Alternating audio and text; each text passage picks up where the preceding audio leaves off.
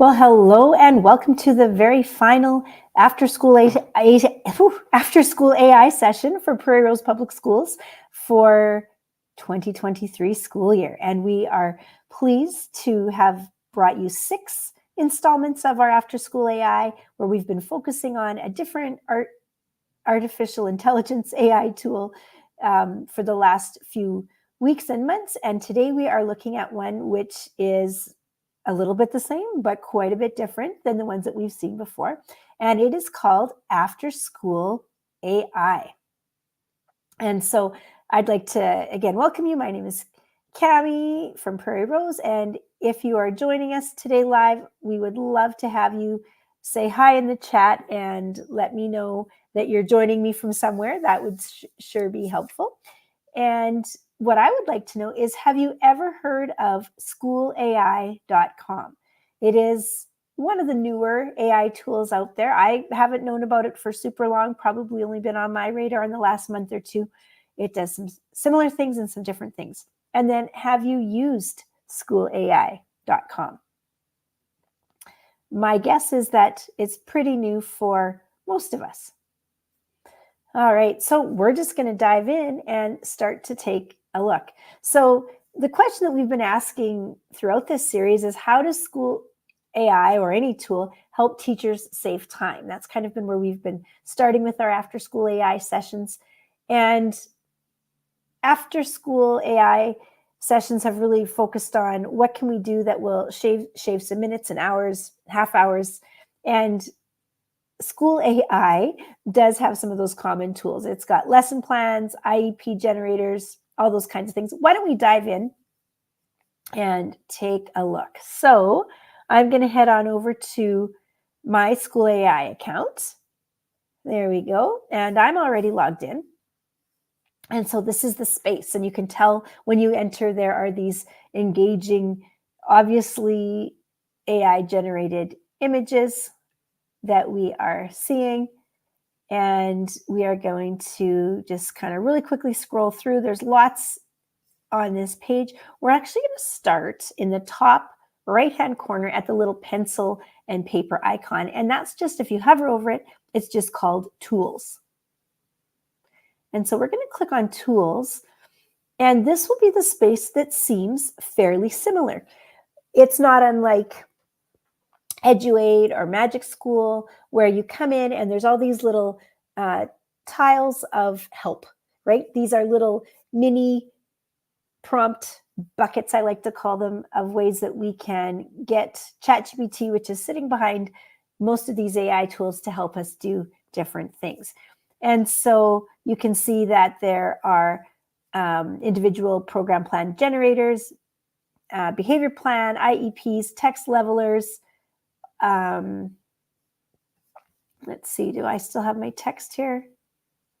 Well, this wasn't what I had hoped for, but I'm going to just actually copy this piece of text, since I have some text sitting right here, and I'm going to throw it into the text leveler. Now, this is a fairly common thing that our tools can do. I'm going to click on Generate. And so I'm going to tell it, let's say I want this at a grade 4 level. I'm going to paste my text in. Now, in this particular case, you'll see it's a cut and paste tool. It doesn't let you enter a link. It doesn't let you pull in a PDF, but you can cut and paste some tools in there. I do like that it does give us some warnings. It's FERPA compliant, which is important in the States, but it is made for schools and teachers.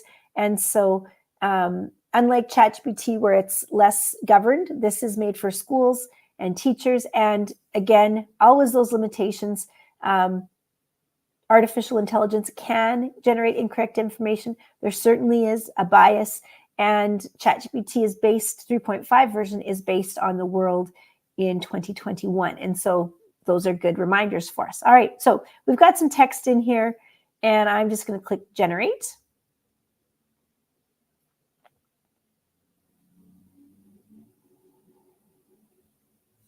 And so we can see that it's putting it into multiple paragraphs. So that's one way that it's simplifying it. Oh, then it put it all back together. Interesting. When I come to my original, it says, before we talk about the benefits and challenges of AI, and if you look at our generator, it simplified it. Before we talk about the good and the bad parts, it's really important. All right, so you can see already the vocabulary, the difficulty, the type of sentences is more similar. And then we have a few tools here we can share, which gives the link, copies a link, and I can also export. And when I click export, it puts it to a PDF, which it wants me to save, and then I can save my PDF from there. So not as many exporting choices as some of the other tools, but it certainly does have some tools there. So now I'm going to go back to the tools, and I'm still in the text leveler. You can see that I've used text leveler a couple different times, and I'm going to click back in the right-hand corner to get to some of the other tools that are here. There's not as many as some of the other products have that really focus on this, but there are very similar ones. And like any other tool, that 80-20 rule, it's super important that you are following along with that. Okay, so SchoolAI, teacher time saver, but that is not the most impactful, empowering part about SchoolAI. So imagine a tool that allows essentially ChatGPT to come into your classroom in a safe way, designed for K-12 students and has monitoring and teacher control tools. That is what makes me sit up with SchoolAI and say, oh, very interesting. So we're going to come back to my version of SchoolAI. And this time, we're in the tools section. I'm going to come right up to the middle and I'm going to click on the Discover tab, which is basically the home page. And so there are all different parts of this ChatGPT model, which generally makes this tool into something that is usable for students potentially in classrooms. So I'm not 100% sure in Prairie Rose where our procedural guidelines would sit on this, but I want us to know that this is coming. I want to think about the possibilities that exist with that. And so let's click on tutoring session. So this is going to allow us to create for students a private and specific tutoring experience. Now, we can get quite specific, but we can also, this one is giving us kind of a starting spot. So for example, let's say that I want to, I'm going to come into a tutoring session that I already have open, will be the easiest thing to do. And I'm going to click on the invite code. And so I'm not sure if you'll be able to see that on your screen because it's a little pop-up. But what that does, there it is it gives me a code and a link. So if I'm on my phone, I can just scan that QR code, and then it's going to give me a little window where it asks for a username. Now, I would want students to put in their real username so that I could identify them because they are not going to be logging in. The only way that I'm going to be able to identify them is by their username. I'm going to, for today's demonstration, copy this and paste it into another window. Just let me find the best window for this. Okay, I'm going to paste it in here. And I'm going to just get our screen to catch up with where we're at. And give me 1 second here. I'm going to change over.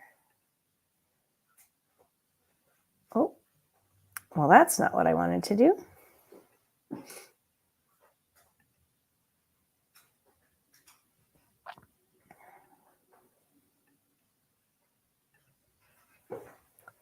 We're just going to pop over to the entire screen here. It's going to get a little messy, but that'll be okay. All right, so now we're going to go into this SchoolAI space where this is me as a student entering this tutoring space. So I'm going to put my name is Cami Test. And if you would like to join this, let me actually just go back here. I'm going to put that invite code in the chat. So those of us, if you're joining us at home, you can actually join with. So I'm going to put that in the chat and you're welcome to join. So when you join, you can add your name. So now we are in this space. This is the student view and I'm going to click join. And so now I'm entered into a tutoring session. And so it's pretty generic to start off with. And so it gives me some goals, or it gives me some options. I can create a goal for a test and it can help me reach it. It can help me develop a study plan. It can help me work on some content-specific weaknesses. So it can be, just a second here.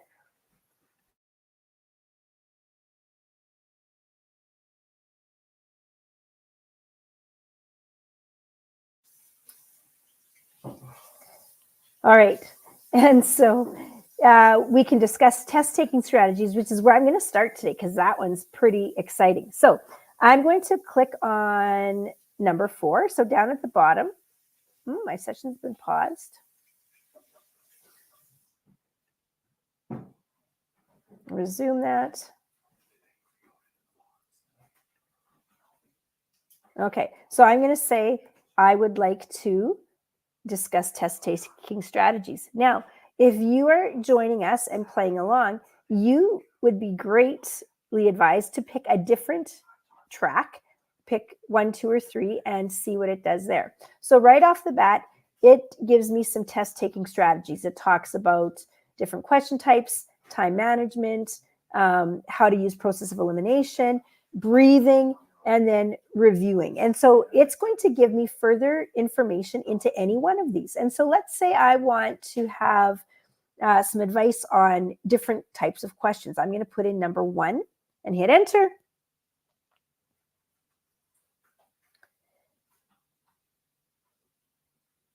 And so it's going to give me some pretty general information. Read carefully, look for keywords, circle them, don't overthink. We often teach students that their first instinct is correct. And if you're stuck, skip the hard ones. And so then it's going to ask me if I would like to try applying them. And so I'm going to say yes. Okay, so it's going to give me just a general practice question. Remember, I haven't identified a topic or anything, so it's very general and random here. It's giving me some guiding. Read the question thoroughly, identify keywords, trust your instincts. So it's giving me a World War II question. And it's giving me, so after, in the context of World War II, which of the following factors was the most significant in contributing to the Allied victory? Now, I happen to know a little bit about World War II, and it's asking me now to walk me through the thought process. What's the key term? What do you think is the correct answer? That's a lot to type. I do want to note that I'm not sure if I have, I don't think I have, with the changes, my settings correct, but if I press speak, the AI is reading to me. So you wouldn't be able to hear that, but it'll read the whole thing. So it's great for our non-readers. What I'm going to do is I'm actually going to voice type because that would be way easier than typing out my thought process. So I'm going to allow my microphone. So a key term is World War II. And another key term is allies.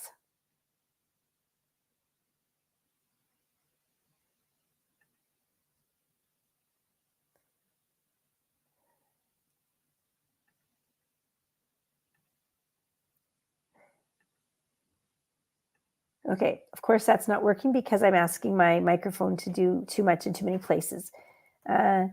Key terms are World War II and allies.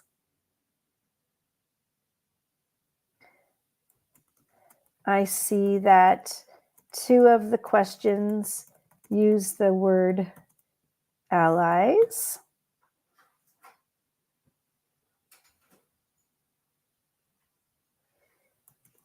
One question uses the opposite side axis. I think many of these were factors. I have to pick the most important one. Okay, so I'm just giving it something to think about. It's too bad I couldn't have spoken that. So it tells me I've picked good key terms. And it's reaffirming that, yes, I have to have the most significant factor. And then it's asking me just to give an answer. And so I'll pick one. And I'll say A. Germany was poor after World War I. See what it thinks of that.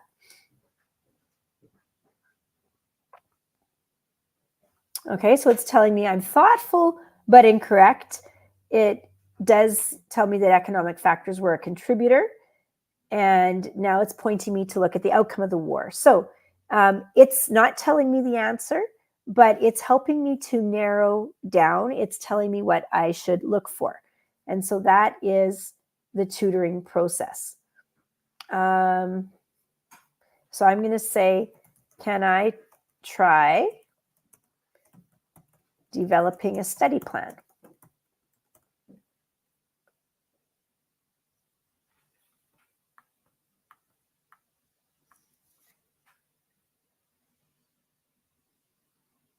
All right, and so it's wanting to know where I stand on the subject, how much time, how do I learn best, what resources do I have, what resources do I need. So it's breaking that down. What's your current knowledge level and time until the test? The test is in 1 week. I need lots of review.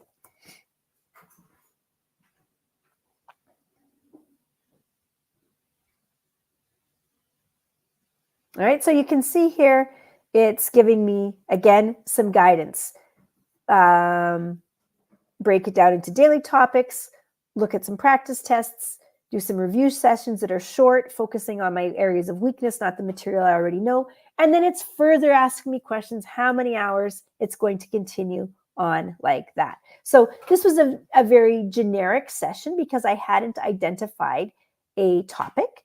I'm interested, if you're joining us in the chat, what route or topic you might have given it to us. I've done this with a bunch of different topics, the ear, what else? Forests and science, grade 6. And so it's quite interesting to see how it really helps us take a look at what our students need. Now imagine that compared to, I know that all my students are at different reading levels, and not everybody needs the same thing, but I usually give them the same thing to study. Some kids whip through it like it's nothing. Others struggle and never finish. This is one way that we can really dig in. We have someone that looked at creative writing strategies. And so that's an interesting one. I'm interested in how the tutoring went with something that was less fact specific. That's Kellyanne with creative writing strategies. Do you want to tell us a little bit about what that looked like? Let's see if she has a second to give us an answer.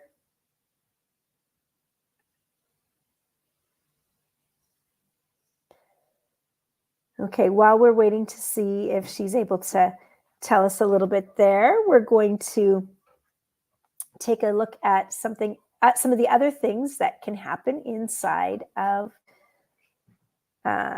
SchoolAI.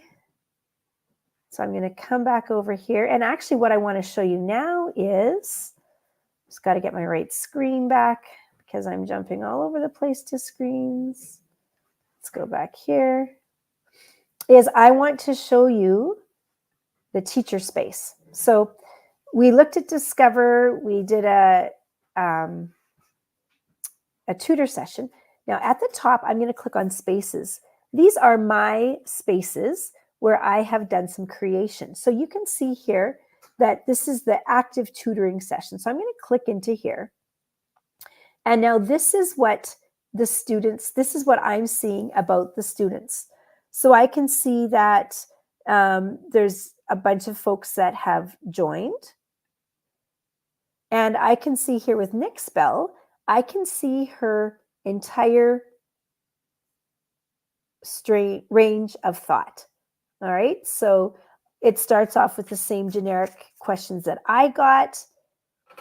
She chose number 4 as well.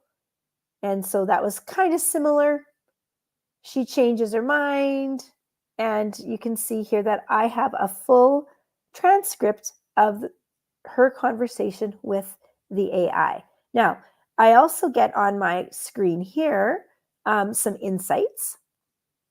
Make those a little bit bigger. So Cami Test has shown an eagerness to craft a study plan. And it talks about my World War II here, test taking. Okay, now it tells me that Nick Spell initially wanted test taking strategies, but has pivoted to looking at specific content weaknesses. What this part of the screen will show us is if your students never buckle down and do anything, you'll see that they're just jumping around and not making any progress. And that will be evident as well. Kellyanne says she looked for support for creative writing, some sensory details, and then, world building. So helping her to create settings. And so there's some interesting and realistic suggestions in there. So the thing we have to remember here is that this tool is providing specific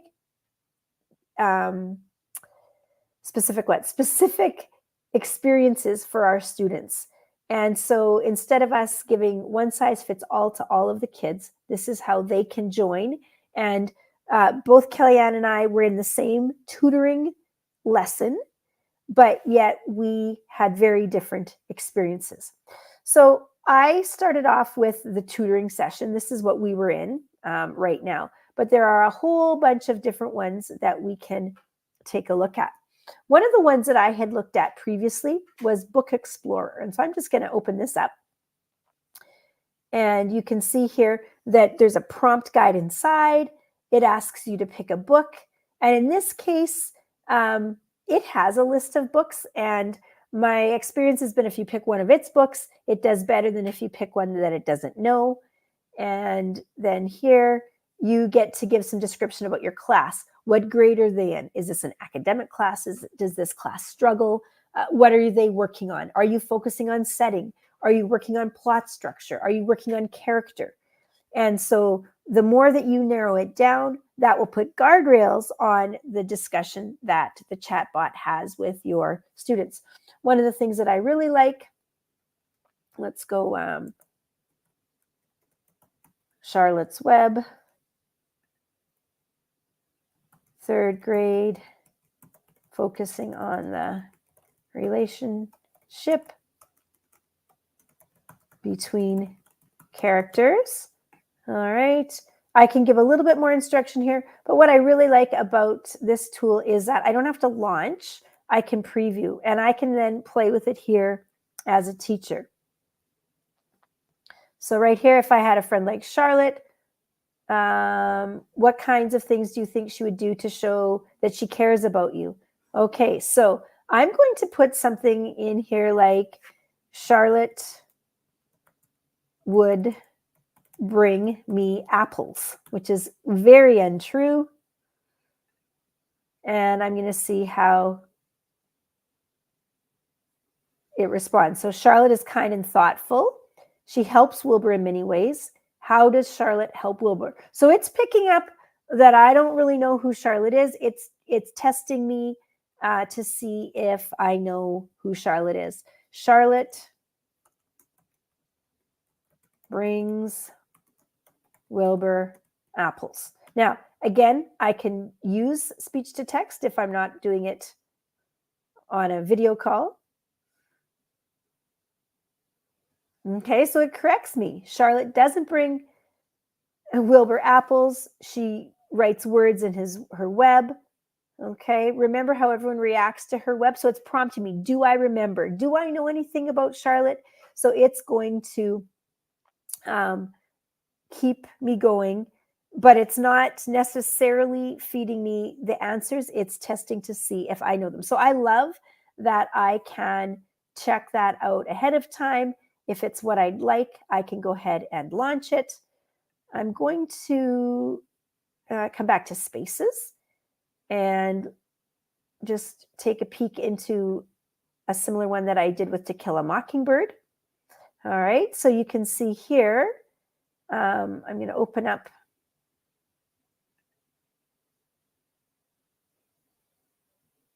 my To Kill a Mockingbird. And so you can see, again, the students' responses. And it tells me whether I have a good understanding or not. Now, if I had actually been doing that one for real, not just as a test, it would have said, oh, that Cammie, she struggles to learn about Charlotte's Web. Check on her. She doesn't have a clue of what she's doing. This is what this will look like in some other windows. So over here, this was Charlotte's Web, or sorry, this was To Kill a Mockingbird. And so I'm logged in as a student here. And so this one says, if you were in Macomb, Alabama during the 1930s, how do you think you would have reacted to the events surrounding Tom Robinson's trial? And it takes me through a whole different discussion. Here's another one. I'm in the same activity, joined as a different student. This one's asking me about Macomb again, but it's asking me about the town and the people. And so, again, an entirely different question for each student in the class, but still within the guidelines of what I, the teacher, wanted the students to focus on. And so we have students thinking independently. We could have kids work in pairs as they're responding if we want to work on pair work. There's all different kinds of ways that we could do this. All right, so back to our AI space. So the spaces area has a summary. Now, we can also do some really specific things. We don't have to do the books that are in their library. So here's their library. So we have from the Very Hungry Caterpillar level up to high school books like The Crucible, To Kill a Mockingbird. I'm going to click back to Discover. Historical figures, very American, a few international figures. It's going to do best with these, but we can ask it to do other things. And we can also ask it to do really specific things. For example, the last thing that I'm going to leave us with is I used the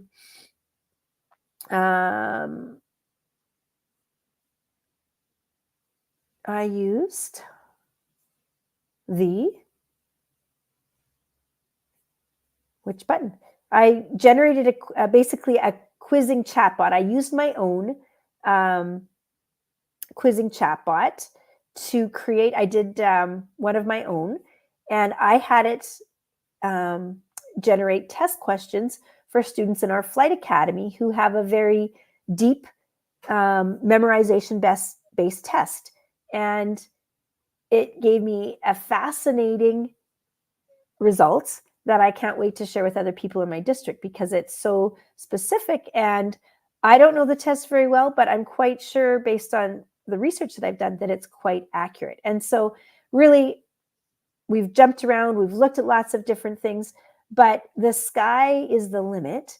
And what I want us to just take away is the personal, real-time feedback. How long does it take us to get marked materials back to students. I'm an English teacher. Sometimes it took days or weeks to get an essay back. And then did my students look at the feedback? That was always the question. And then did we have time to do anything with the feedback?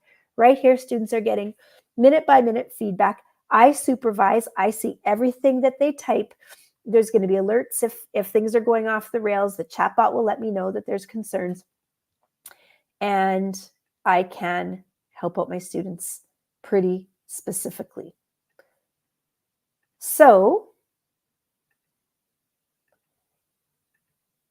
if you are interested, it is schoolai.com. That's where we're at. And there's a great blog post at Control Alt Achieve that has all the different steps and some information about that. You can find all of that information on our webpage, which I don't have listed here, which is bit.ly/PRPSAI3. I'll put that in the chat. And that's where this video will play, the recording, all the past versions, the sessions in our Prairie Rose After School session, our Padlet of oodles of resources, and all of the resources for today's session on SchoolAI. If you would like some help prompting or using this in your class or thinking of ways to use this in their class, let me know, and I would love to brainstorm what this would look like to use in your class.